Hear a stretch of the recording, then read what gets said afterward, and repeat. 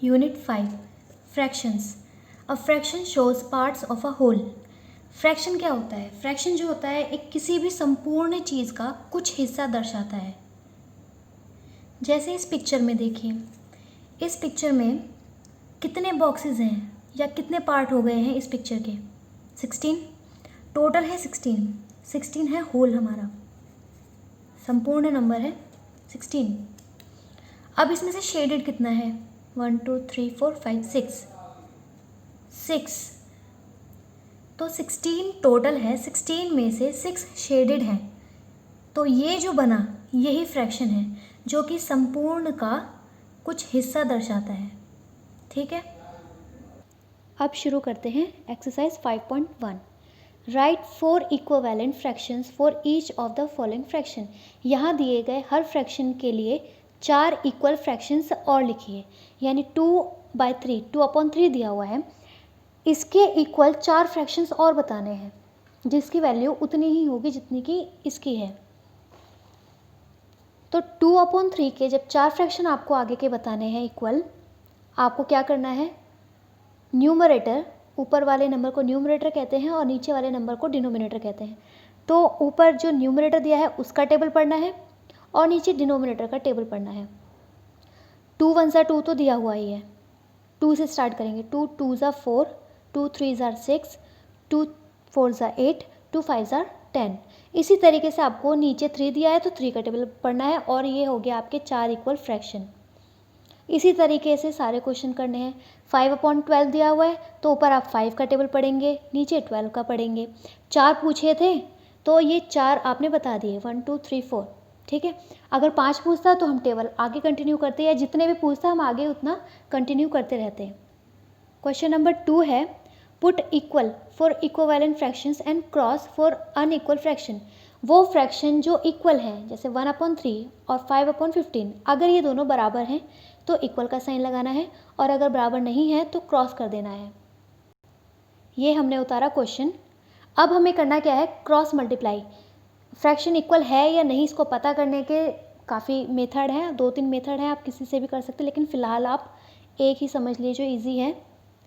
आपको इसमें करना है क्रॉस मल्टीप्लाई। इन दोनों नंबर्स की मल्टीप्लाई होगी और इन दोनों नंबर्स की मल्टीप्लाई होगी। बस इस बात का ध्यान रखना है कि आप मल्टीप्लाई जब करें तो इन दोनों नंबर की मल्टीप्लाई ही आपको यहाँ पहले लिखनी है। पहले इन दोनों की मल्टीप्लाई यहाँ लिखनी है और फिर इन दोनों की लिखनी है। अगर आपने इसको यहाँ पहले लिख दिया तो आपका आंसर गलत हो जाएगा, बस इस बात का आपको ध्यान रखना है। तो 15 और 1 की मल्टीप्लाई होगी, 3 और 5 की मल्टीप्लाई होगी। तो 15 और 1 की मल्टीप्लाई की तो 15 आंसर आया, 3 और 5 की मल्टीप्लाई की तो भी 15 आंसर आया। 15 15 इक्वल है, ये इक्वल है, इसका मतलब ये फ्रैक्शन भी इक्वल है, तो हमने यहाँ इक्वल का साइन लगा दिया। अब नेक्स्ट क्वेश्चन, इसमें भी क्रॉस मल्टीप्लाई करेंगे, हमने क्रॉस का साइन लगाया।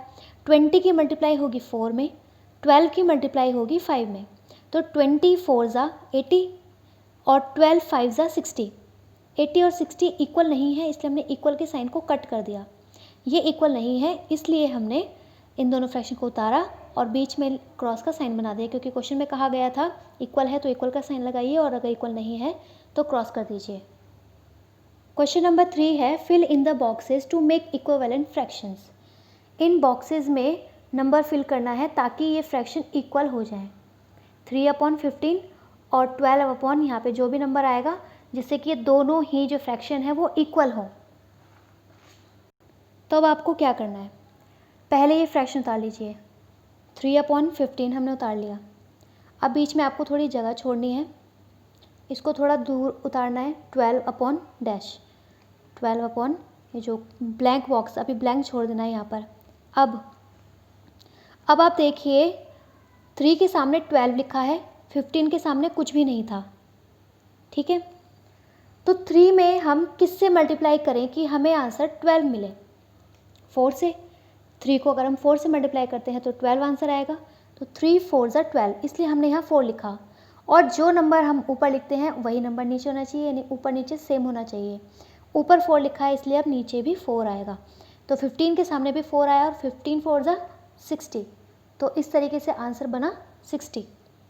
इसका बी पार्ट समझिए। अब 7/10 दिया हुआ है, ये लिखा, और जिसमें आंसर नहीं है उसको हमने थोड़ा सा दूर लिखा। ये आप देखिए 7 के सामने तो कुछ नहीं है, 10 के सामने 20 है, तो हम 10 में किससे मल्टीप्लाई करें कि हमें 20 मिले? हम 2 से मल्टीप्लाई करेंगे, 10 2 ज़ा 20। अब अगर नीचे 2 से मल्टीप्लाई किया है तो ऊपर भी 2 से होना चाहिए, जैसे मैंने अभी बताया ऊपर नीचे सेम होना चाहिए। तो नीचे 2 से मल्टीप्लाई किया है इसलिए ऊपर भी 2 से होगा। 7 2 ज़ा 14, तो इस तरीके से यहाँ आंसर आया 14। क्वेश्चन नंबर 4 है, tick right the fractions which are in their lowest terms. Lowest term होती है कि नंबर्स जो है न्यूमरेटर और डिनोमिनेटर, इनका HCF 1 हो, यानी कि इनका कॉमन फैक्टर इनमें कुछ ना मिले, जिसमें कोई कॉमन फैक्टर नहीं होता है। आपने HCF वाला और कॉमन फैक्टर वाली एक्सरसाइजेस पहले आप कर चुके हैं। तो कॉमन फैक्टर जब कुछ ना मिले तो 1 तो मिलता ही है सब में, तो जिसका कॉमन फैक्टर 1 हो वो अपनी लोएस्ट टर्म में होता है। या ये समझ लीजिए कि न्यूमरेटर और डिनोमिनेटर जब कोई ऐसे नंबर हो जो किसी एक ही टेबल से डिवाइड ना हो तो वो होते हैं लोएस्ट टर्म में, जैसे 7/6। अब आप बताइए कि क्या 7 और 6 किसी एक ही टेबल में आते हैं दोनों?